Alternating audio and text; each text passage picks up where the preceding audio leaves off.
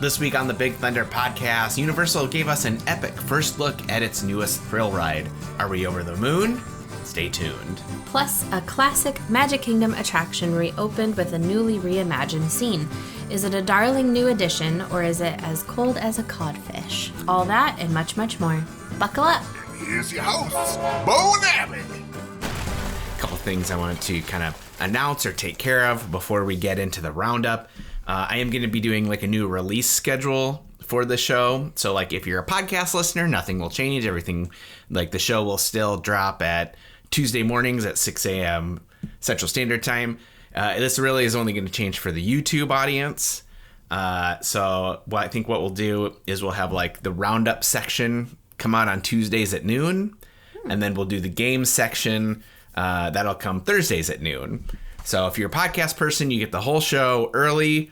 YouTube, it'll be broken up into the news or the game, because some people may just be news story people. Some people may just be game people. And like I feel like we might be losing some of them by having one big... Sure. And like, you know, some people may be intimidated by an hour-long video. So yeah, I figured just a couple, make it a little easier to consume for the YouTube audience. It's very nice of you. Also, the Iowa Podcast Awards are coming up, and we were nominated in 2 categories. That is weird. It is not weird. We're a great show. Okay. Yeah, so we were nominated for Best Pop Culture Podcast. And then there's the People's Choice Awards. So like everybody who's nominated gets nominated for the People's Choice Awards, but it's still important. So if you want to support the Big Thunder Podcast, you can check out, you can go to iowapodcastawards.com/vote. Vote for the Big Thunder Podcast. Until when? September 8th is the last date to do that. Do they vote like every day, or is it like a one-time? I believe it's a one-time thing based on your computer. I like that. I don't like the ones where you have to like vote every day. Yeah. It's like... Yeah. Yeah. So yeah, just go once. You can use multiple browsers though. So like if you want to go from your phone and then from a laptop and then like your work computer. That feels like cheating. Get on your like kid's iPad and log in. Mm-hmm. Vote for the Big Thunder Podcast. Go to your neighbor's house and ask to borrow their computer. Yep. The award ceremony is September 15th in Cedar Rapids. Will we go? Hopefully. I do think the odds of us winning are slim. This is currently, I think, our 22nd show, and I think we're up against some more established podcasts who may be a little more smoother when it comes to production. We're so smooth. Yeah. You do a great job. But it's nice to be nominated. Yeah. Anyways, to the roundup. We're going to start with news out of the Magic Kingdom. Peter Pan's Flight reopened early. This popular attraction was closed July 8th for refurbishment and was scheduled to remain closed until August 21st. However, Peter Pan's Flight reopened this past Friday with a not-so-surprising update. We had thought that they would be making a change to the Native American village. I think it was like official name is Indian Village. Mm-hmm. I thought they were just going to like remove it entirely, but they made a change to it. I'm glad they didn't remove it entirely. The official description for this is, according to Disney, a serene lagoon transitions into a mountaintop community where brightly colored teepees frame the Neverland tribe's harvest celebration.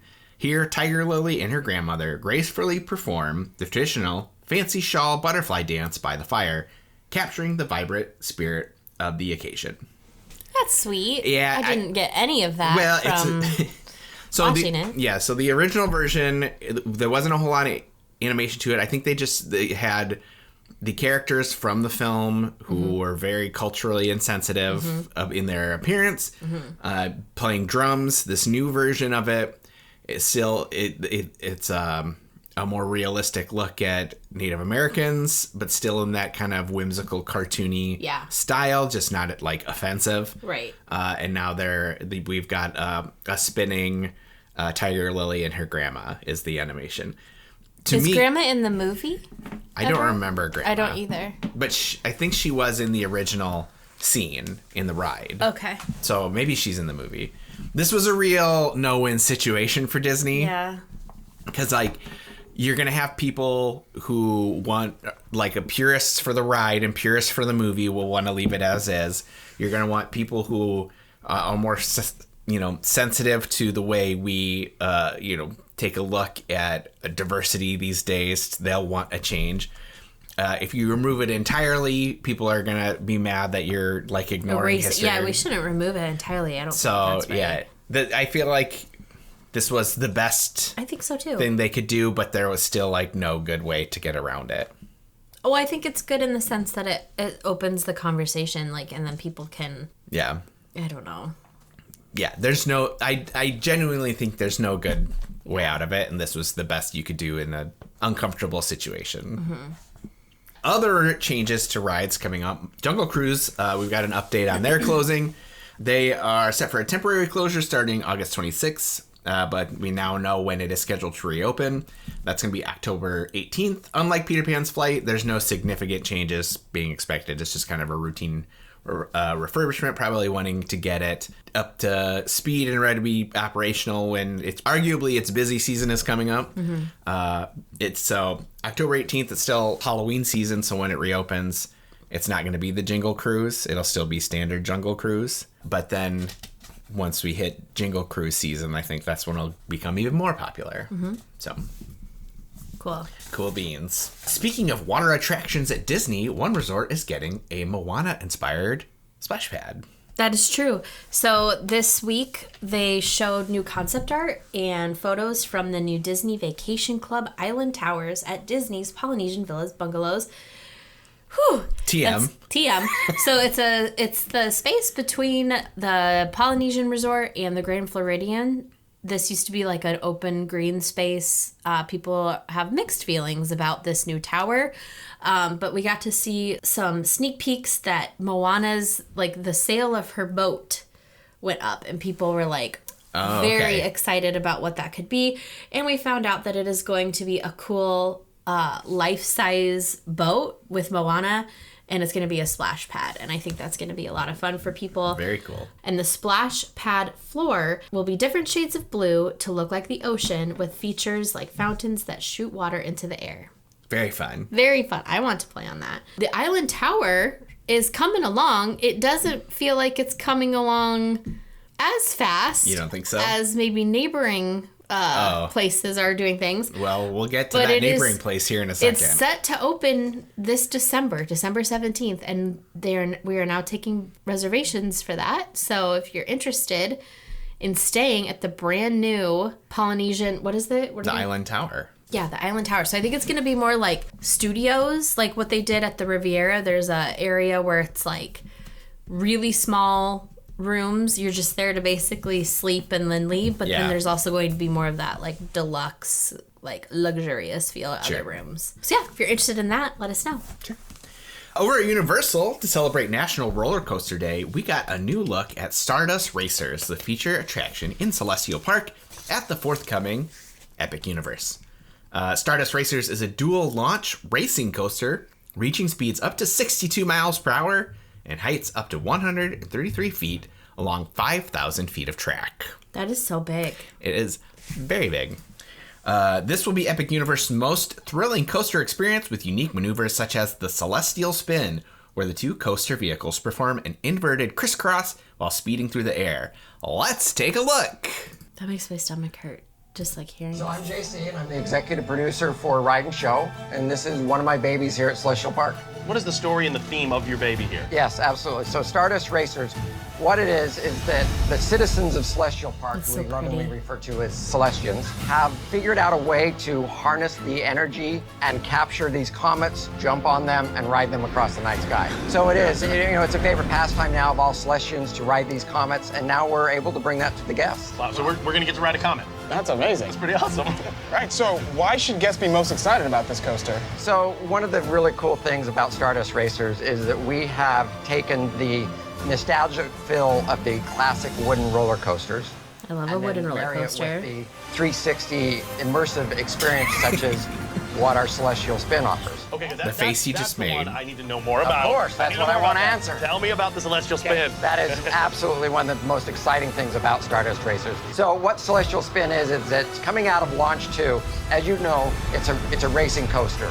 So there's two ride vehicles that are competing against each other.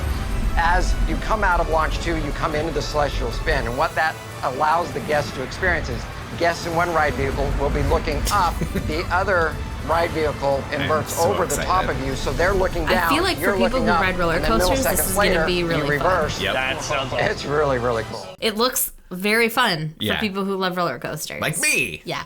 It doesn't seem as scary as, like, Velocicoaster to me is like, you are just tempting fate on that. Sure. Like, that doesn't seem fun, like, wee. It Yeah. seems fun, like, am I going to die or am I going to live Yeah. to tell the tale? This seems more like, wee. Yeah. That's my thought.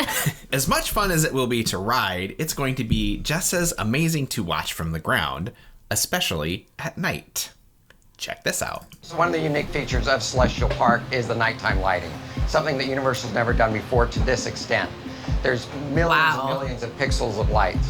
One of the things that we've done with Stardust Racers is that we've taken that and decided not to light up the exterior of the track, because at night we want guests from all over to be able to look over, see the ride vehicles shooting through the night sky lit up almost like they look like comets. Comments, yeah. Crazy. So when you're on it, will it be super bright or no? I don't think it'd be brighter than any other coaster. Whoa. But yeah, it'll be really fun to do at night. And it'll seem even faster. As we've discussed, roller coasters always seem faster in the dark. Everything seems bigger, scarier, faster, louder in the dark. So yeah, Stardust Racers, I think, is on my must-do when Epic Universe opens. And we finally get there. Mm-hmm. We'll get there in like 2030. Don't say that. Don't put that out there like that. I think you'll have a lot of fun watching it from the ground. I will.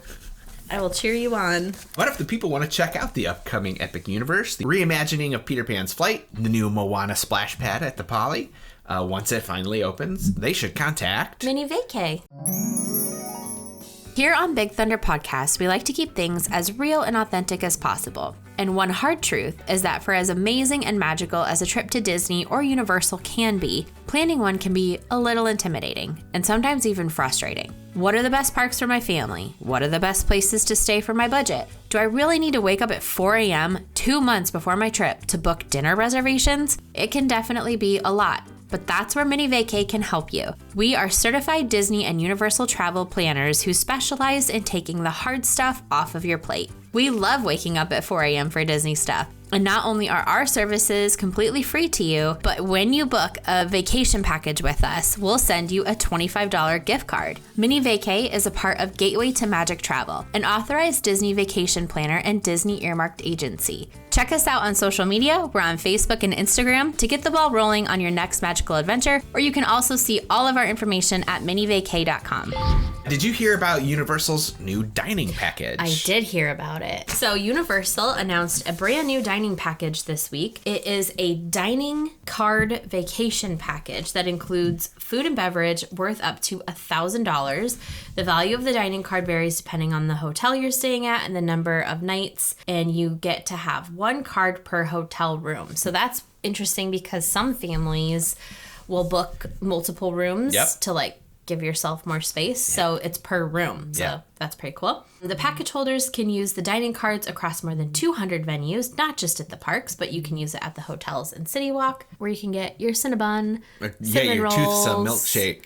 Yeah, you get that cool steak house we went to. So like, Yeah, Big Fire. yeah, that was good.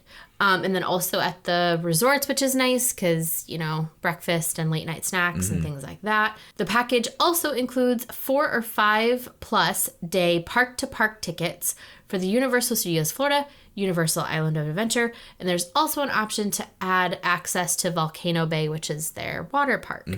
Other perks when you stay at Universal hotels, you receive early park admission to the Wizarding World of Harry Potter, so you can try to get there and beat the crowd for Hagrid's. Yep. And you also get access to Universal Volcano Bay up to 1 hour before the park opens. And also, depending on the resort that you choose, you can also get the Express Pass for free, which is a good value. Yeah. The new Universal Dining Package is available for purchase now for select travel dates starting November 7th, 2024 through April 10th, 2025. Nice. So like right before Epic Universe opens. Pretty much. It's probably like their big deal to like get people to still want to come to the parks, well, and not just hold off for Epic. Yeah, and I don't know about you, but when we had early park entry for Universal, I felt like a big shot. Did you? Yeah, walking in me like, yes, I have my card. Oh, excuse me, coming through. look at this. I wanted to have it on a lanyard. That'd have been cool. Some people like my do. backstage pass. Yeah. It was fun. We took advantage of that time to ride Hagrid's, and I'm glad that we did because we still waited a while, but there were so many people behind us when we got off. So yeah, and Hagrid's is one of my favorite roller coasters of all time, along with obviously Big Thunder Mountain.